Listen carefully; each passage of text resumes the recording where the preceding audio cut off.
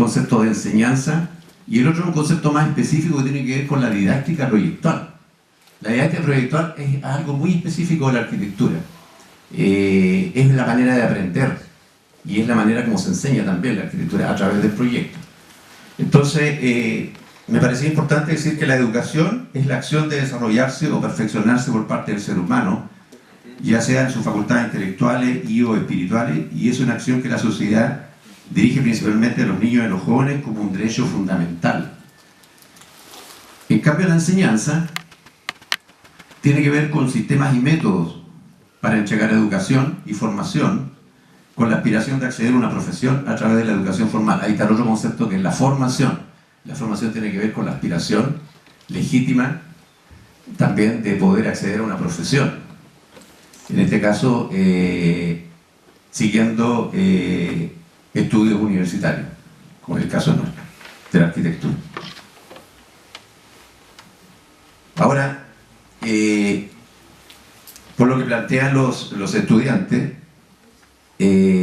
nuestras dudas y incertidumbres están precisamente en el sistema educativo. Yo diría por la implacable presencia de las llamadas universidades inmobiliarias, le llamaría yo, que organizan la profesión y la ciudad prácticamente, y el país, ¿por qué no decirlo?, desde una política arbitraria y sectorial cuya base es el lucro. Y también tiene que ver, si seremos, esta pregunta que hacen ustedes, tiene que ver también con que si seremos capaces algún día de asumir como sociedad un nuevo paradigma donde realmente esta educación sea un derecho para todos. Respecto a nuestra condición de docente, también nos preocupa un sistema educativo donde la medición de calidad académica está prácticamente apuntando solo a la llamada productividad científica. Incentivos perversos están acabando de alguna manera con la reflexión y el pensamiento crítico en muchos niveles de nuestra sociedad. No se fomenta mayormente el trabajo del profesorado y de la docencia que prepara clases, que envía trabajo a estudiantes, que revisa, que intenta enseñar un poco más allá de los cánones establecidos, o que imparte charlas, digamos, en el ámbito académico sobre cuestiones que se consideren importantes para formar ciudadanos finalmente con ideas propias. La colaboración con organizaciones sociales, por ejemplo, no es algo que se promueva. En fin, una serie de actividades que los docentes universitarios debemos indudablemente que asumir y ponernos a trabajar por mejorar la calidad con que formamos a nuestros estudiantes. Creo que es una tarea muy importante nuestra.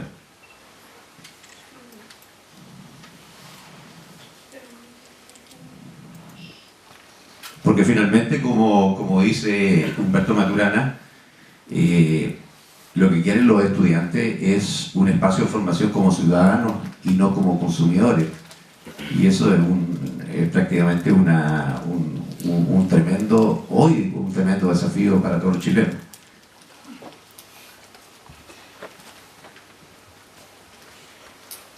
Ahora, como decía antes, hay algo en particular en la arquitectura.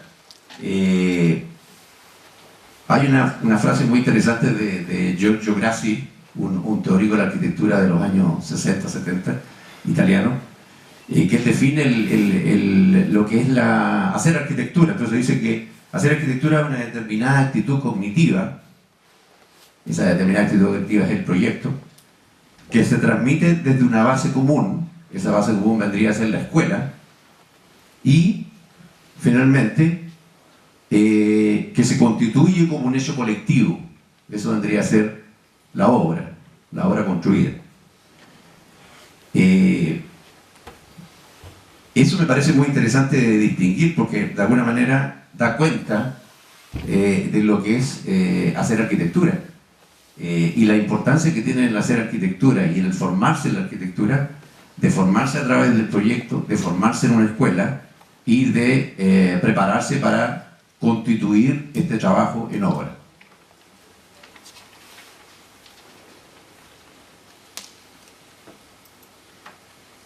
Ahora, Es importante saber también de que la arquitectura posee una muy importante tradición. Lo decía el profesor Fernando Pérez, hay una tradición muy fuerte de la arquitectura que tiene que ver con, fundamentalmente con dos cosas. Una con que la didáctica, digamos, la manera de enseñar y aprender arquitectura es a través de una didáctica muy especial, que es la didáctica proyectual, la didáctica del proyecto. Nosotros aprendemos a través del proyecto. Y también tiene que ver esta especificidad de la arquitectura con una estrategia pedagógica, que es en el fondo poner el taller, que es donde se hacen los proyectos, en el centro de la enseñanza. El taller es el centro de la formación. ¿Ya?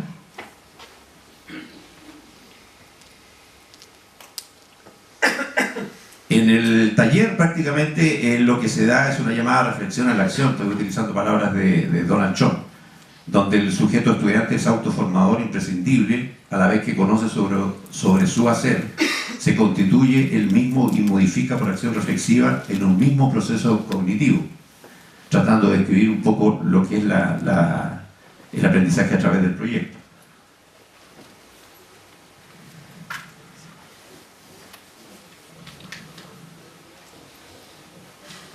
Ahora, en arquitectura, vale la pena también pensar qué es lo que es un docente, cuál es la característica o la diferencia de un docente de arquitectura. Ahí habría que considerar de que la formación de arquitectura, que antes se adquiría haciendo junto o mirando a los maestros que se movilizaban de obra en obra, se da desde el siglo XIX en academias, donde la producción arquitectónica de los docentes, apartado ahora de su práctica, es menos relevante que la calidad de la comunicación que puedan generar en torno a los aprendizajes. Es decir, en un docente podríamos decir que hay ciertas competencias profesionales y hay ciertas competencias docentes. Es decir, un excelente profesional no necesariamente es un excelente docente, y un excelente docente no es necesariamente un excelente profesional. Es decir, para hacerlo un poco más simple, primero hay que saber de arquitectura para ser docente, y segundo, saber de docencia. ¿Ya? Ahora, ¿cómo se hace un docente y dónde se aprende la docencia?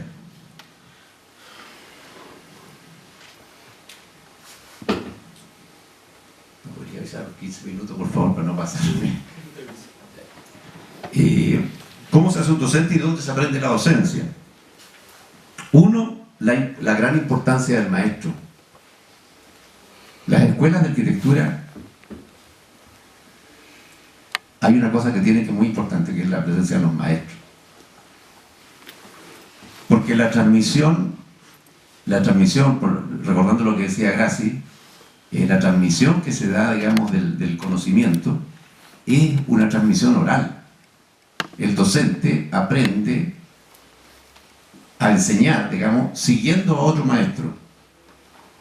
Aprende el oficio de la docencia, aprende el oficio de enseñar arquitectura. Por lo tanto, hay que tener presente que los maestros son muy importantes. Alguien decía por ahí de que no se puede confiar mucho de una escuela que no tiene maestro, o de alguien que diga que no tiene maestro. ¿Ya? Es muy importante el reconocer a los maestros. Es muy importante también ponerlos en valor, reconocerlos públicamente.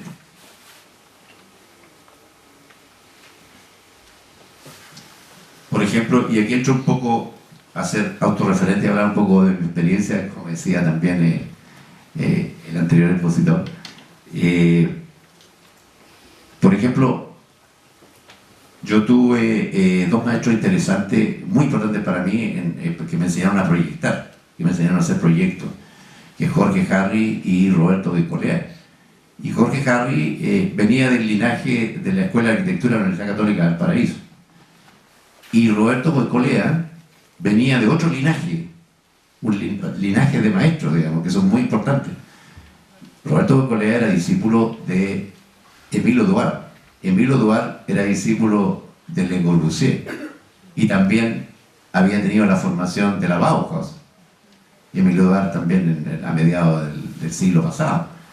Por lo tanto, es interesante reconocer en los maestros también ese linaje, esa transmisión, digamos, esa transmisión como una cadena que es importante de considerar a la hora de fijarse en una escuela, a la hora de fijarse digamos, en una buena escuela.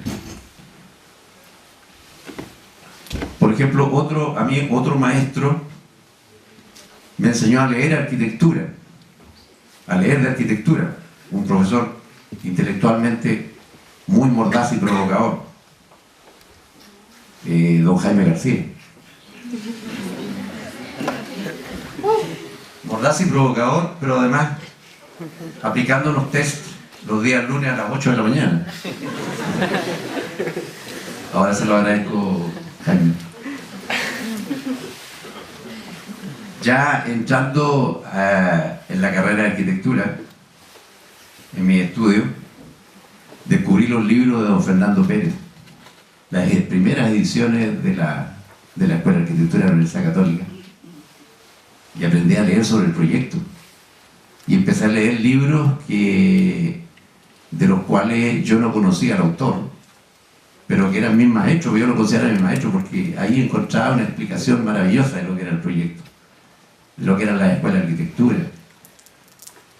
Y ahí aprendí que uno a veces no tiene que darle la tarea de leer un libro, como había hecho mi primer maestro, sino que ya estaba aprendiendo al maestro a través de sus publicaciones, a través de sus libros.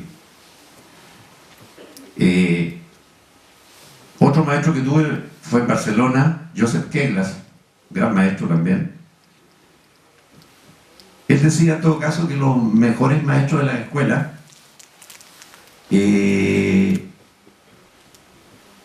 muchas veces uno no los percibía, porque decía que los mejores maestros eran unos que estaban a toda hora del día disponibles, que no tenían problema para contestar email, no estaban escribiendo artículos easy, ni estaban corriendo a su oficina. Siempre lo estaban esperando uno, siempre estaban esperando al estudiante, y tienen lo mejor para él, ¿no? Sin ninguna duda. Estos maestros están esperándote en la biblioteca, decía que son Le Corbusier, es Mies, es Flanery Wright. Están ahí todo el tiempo, ¿ya? Jean-François Mavardy, otro maestro de origen belga, decía una frase que cuando enseñas no aprendes, no enseñas. Eso me quedó muy grabado y lo estuve extrañando durante mucho tiempo. Y después me di cuenta que efectivamente nosotros los docentes o los que enseñamos tenemos una gran oportunidad de aprender. Porque, no sé si ustedes saben, está comprobado de que hay varias actividades. Hay varias actividades que uno hace de las cuales puede aprender y de las cuales va reteniendo una enseñanza o aprendiendo algo, ¿cierto? Por ejemplo, escuchar una conferencia, una lectura, ver un audiovisual, hacer una demostración, una discusión en grupo, practicar haciendo, que es lo que nosotros hacemos cuando proyectamos, por ejemplo, que se aprende mucho, pero donde más se aprende es cuando uno enseña a otros lo que sabe. Entonces los docentes tenemos una tremenda realidad de privilegio en ese sentido. Aprendemos mucho de los estudiantes. Y yo creo que la mayoría de ustedes lo han sentido cuando tienen que explicarle a otro estudiante algo, o si son alumnos ayudantes, por ejemplo, y se les interesa realmente el enseñarle a otro. Es una gran oportunidad de aprender.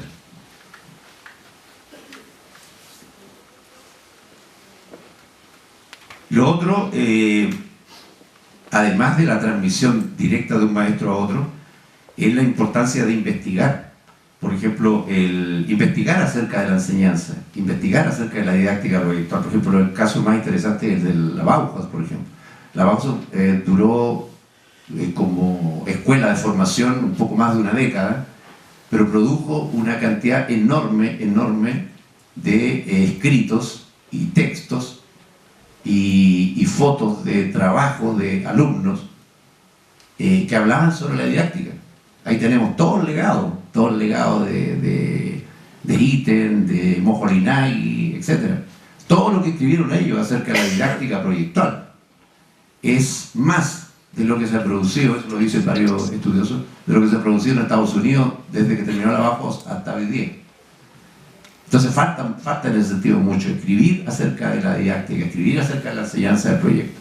Se comparte muy poco, las cosas quedan como muy encerradas en los talleres y en las escuelas. Ahora la pregunta es ¿cómo nos formamos como ciudadanos en arquitectura? Que es un poco lo que veníamos diciendo al inicio, ¿cierto? A mí me parece que fundamentalmente es una buena escuela. ¿Qué es una buena escuela? Porque todos sabemos que hay muy buenos institutos que imparten materias, ¿cierto? Departamentos donde se hace buena investigación y programas de formación bastante interesantes, pero ¿qué es una buena escuela?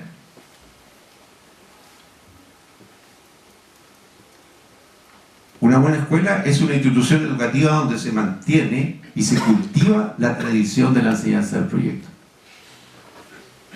Una buena escuela es aquella que tiene excelentes maestros que practican la didáctica proyectual e investigan en esta práctica. Por lo tanto, una escuela es aquella que tiene excelentes maestros. Y finalmente, una buena escuela es un ámbito donde cada uno de nosotros podamos proyectarnos y constituirnos conscientemente en seres colectivos acá en la Tierra como derecho fundamental. Vamos a ver un pequeño video.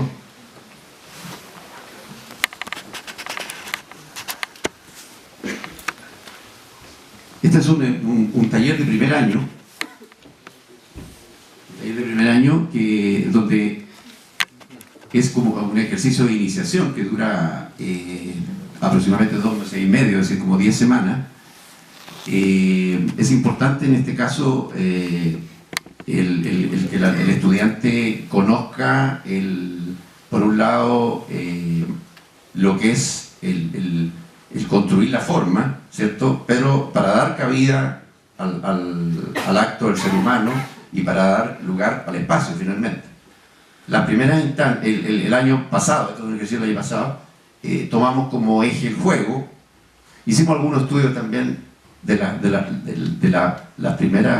los primeros pasos, digamos, en el arte de proyectar, si se puede decir así, de Frank Lloyd Wright, que en algún momento, cuando se habla en su infancia, él construía con cajitas, digamos. Y después es interesante ver cómo él, después a lo largo de toda su carrera, él trabaja justamente en romper la caja, digamos. También aquello de Le Corbusier del juego sabio, correcto y magnífico, los volúmenes bajo la luz.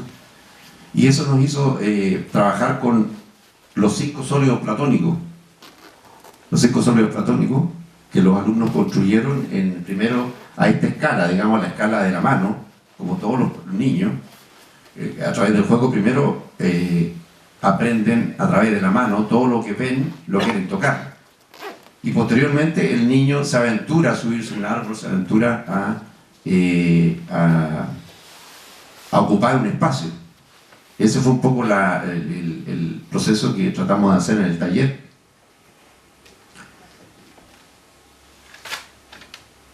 Primero fue esta actividad de construir estos sólidos.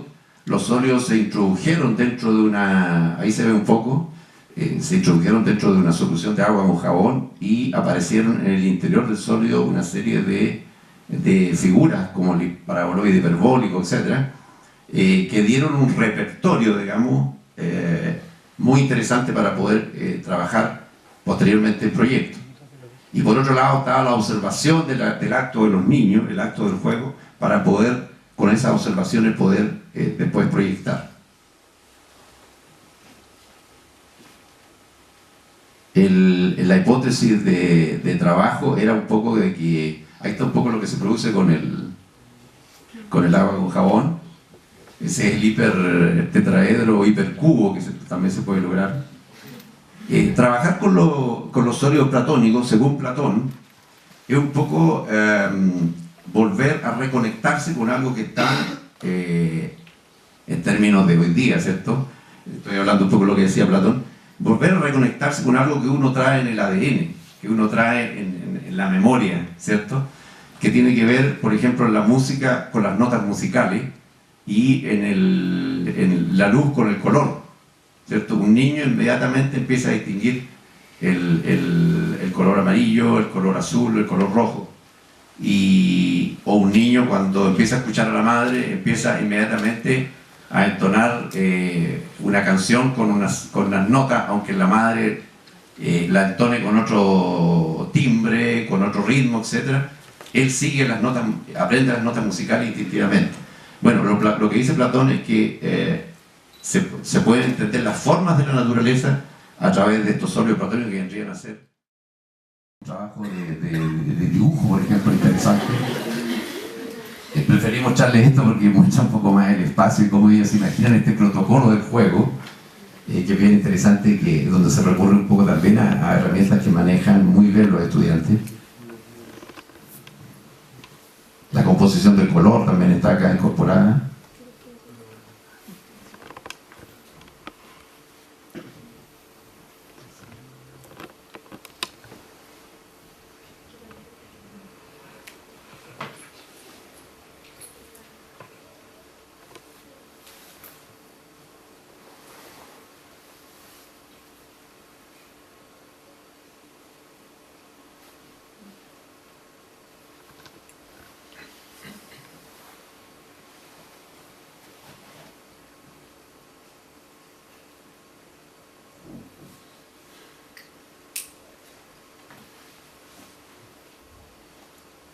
Bueno, esto tiene música en YouTube, por si acaso, o sea, creo que está mal entretenido lo que se ve acá.